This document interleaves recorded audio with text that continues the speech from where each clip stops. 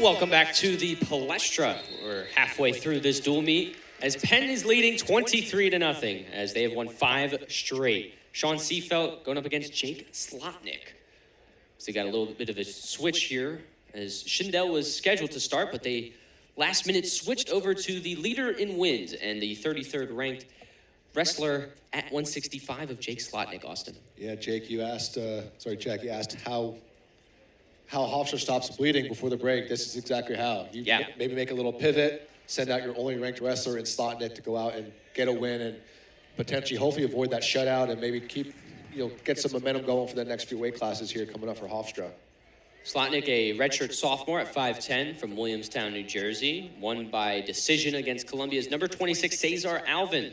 8-6, his first time ever winning against a ranked opponent, grants him a ranked spot in the 165 weight class, and he's going against Sean Seefeldt, a junior from Strongsville, Ohio, made his collegiate dual debut, and lost by decision against Campbell's Anthony Ferrari, 5-4. A close one, but no cigar. And they're trying to see if they can get Slotnick his 9th win on the year. He's 8-2, his total record. Lost his first match in the Princeton Open, but then won out in the consolation bracket and placed 5th in the 165 bracket. Yeah, a lot of good wins at Princeton Open. Has a nice win over Kunstek of Lock Haven, but as you mentioned, last weekend beat Alvin of Columbia, who is a multiple-time NCAA qualifier, EIWA placer, the whole 9 yards. So great win for Slotnick, looking to keep his momentum up. Team leading 8 wins on the season as well. And if we could go back in time, this would be the marquee matchup we would pick, as we were talking off air. We just didn't think Slotnick was going to go. We were told otherwise, but again, if you want to stop the bleeding, avoid a shutout, send your best wrestler out there. And a lot of decisions for Slotnick. So you got to find a way to dig deep if you're Slotnick, because you need big wins now. You're down 23 halfway through this meet. You got to find ways to get major decisions. You got to find ways to get tech falls, even falls. Those are the ways to get back into this meet, as we're going to get a 3-point takedown from Seefeldt against Slotnick.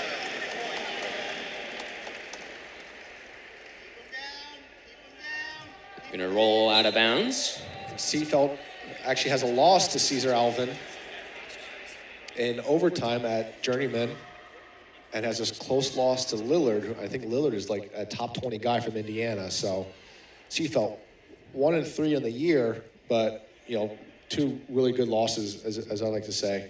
He didn't compete last year, but in 2023 and 2024, in that season, he had a 10-8 overall record while competing at the Keystone Classic, the Patriot Open, Frank and Marshall Open as well, and the Matttown Open as well.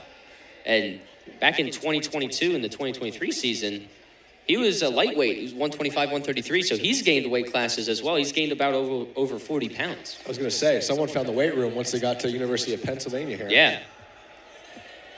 Found a way from looking like me to you. So I think he looks a little bigger than me, but I appreciate the compliment. Down to 10 seconds in his first period. This would be a big escape if Slotnick can get to his feet, get out. Seefeldt, good job. Going to bring him back down. Yep.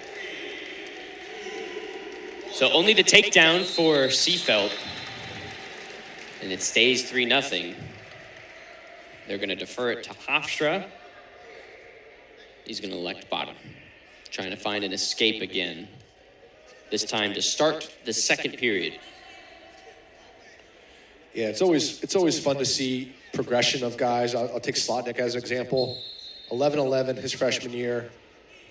Last year as sophomore, he took a red shirt, 15-10. And now 8-2. As you see, he's obviously getting more wins than losses year after year. And you got to contribute that to coaching. Jesse Delavecchia over at one of the assistants at Hofstra, NCAA runner-up a few years back for Ryder at 157 pounds. So right now he probably weighs 170, 175. Perfect weight range for a guy like Slotnick. And it just shows you're going to wrestle with good guys in your room, whether it's a good wrestler above you, below you in weight class, or a coach that's about your weight. You're going to see those improvements, and this is a prime example here at Slotnick. And he's got a good coach of Jamie Franco. It's his 2nd year as the head coach, the 13th ever Hofstra head coach. Franco, a 3-time NCAA championship qualifier with Hofstra. Yep. And he's a CAA champion at 133 pounds back in 2011. So both Hofstra and Penn have very good influences on their squad. Yeah, Franco, as you mentioned, and a really talented Hofstra wrestler, stayed with the program as an assistant for 5-6 years, left for a season to help out at Columbia, and then boom, came back and was hired as the head coach just before 2 seasons ago. So he's been with that Hofstra program. He has a lot of pride, pun intended, there at Hofstra. Spent almost half his life there as I was talking to him. He's in his mid to low 30s, and he spent 15 years there. So that's a long time to be with a program. He loves it. He'll probably be there forever. Love a coach like Jamie Franco. In that 2024 season with Columbia, he helped that team place 4th at the EIWA championships with 2 champions and 3 NCAA qualifiers. Yeah. So really positive season for Jamie Franco. And Franco's first season last year, Hofstra had 2 EIWA champs for the first time ever in program history. Unfortunately, those guys have both graduated and moved on, but heck of a way to start your coaching career. They had a 7-6 record last year, 4-2 in the Eastern Intercollegiate Wrestling Association Conference. This year, with a 1-3 start, 1-0 in the EIWA, as they were able to get a road win against Sacred Heart. A lot of decision wins in that win as well. And that was a great duel, back and forth. Yeah, back and forth. Last match coming down to the wire. Winner takes the meet. Bringing him back to the mat is Seefeldt, still dominating Slotnick throughout this entire match, specifically in this second period, as he has almost 3 minutes of riding time with a 3-0 victory. So it'll stay 3-0 as we head to the third period. Seefeldt is going to elect bottom to try and see if he can increase the lead to 4-0. Riding time almost mathematically locked up. Slotnick's going to put to his feet. He's going to get to work. He's going to need a takedown to his back, 2 takedowns. They're just going to give it to him. They're just going to give the escape to him already, and they're going to go neutral. He's not going to waste his time riding them. No. Oh, nice little duck under attempt there. Boom, Slotnick going after it. Good job hiding his ankles. Double leg takedown. And not quite. Seefeldt hangs on for that scramble attempt. You see, he's trying to get height as he has coming out the back. He's got both ankles here as he's going to try and roll him over. There we go. And that's so frustrating. You take a great shot. You're so deep in that finish. You're like 90% of the way there, and the guy grabs your legs, rolls through, scrambles out, and now he's looking to score. It's just so frustrating being the wrestler that attacked, put together, try to get that first takedown. Now he's about to get scored on here is Slotnick. Yeah, and look, everyone, especially Cross Wasilewski, wanting the 3 points, and they give it to Seefeldt. Now 7-0. We're in major decision range. I wonder if next time we come back here, Seefeldt will have a little ranking next to his name, especially after a ranked win like this. And not very close at the moment. 7-1, 8-1 with riding time. That's a major decision over a ranked opponent, which is a heck of a performance. Some major improvement from Seefeldt. 10-8 in 2024. Didn't even compete last year. Starting off the year 1-3, as you said, some 2 solid losses. But getting a ranked win potentially in his first match at the Palestra. It's a huge honor to have as a junior. Yeah, you look at a guy like Sean Seefeldt, 15-20 career record. Like, how is that even possible? He looks really good out there today, beating a ranked opponent in Slotnick. 2021 Ohio D1 state champion, while with St. Edward was Seefeldt, a 2-time district and 3-time sectional champion, as well as a 3-time Fargo freestyle All-American. Wow. Really impressive hardware. Definitely has the accolades. Yeah. Maybe we just need to find the right weight class. Maybe coming in at 125, he was way too light. He goes, hey, I'm going to put on 40 pounds. Wrestle my best at 165 here. And he's wrestling his best right now. A 7-0 shutout so far. As looks like Slotnick's trying to get a 1-point escape out of Seefeldt, but Sean wants the shutout.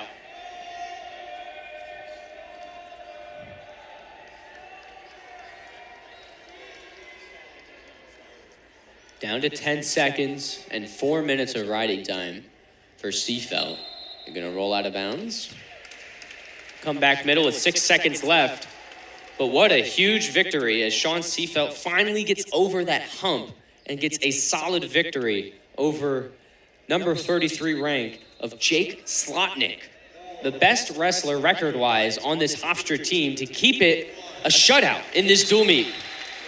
Major decision win for Sean Seefeldt, stays a shutout as it's now 27-0. That's a great statement win there by Sean Seefeldt, coming out, expecting one opponent, pivoting, going to a ranked opponent, and just kind of dominating here. We see one takedown, one of the two that he had. Great performance there by Sean Seefeldt.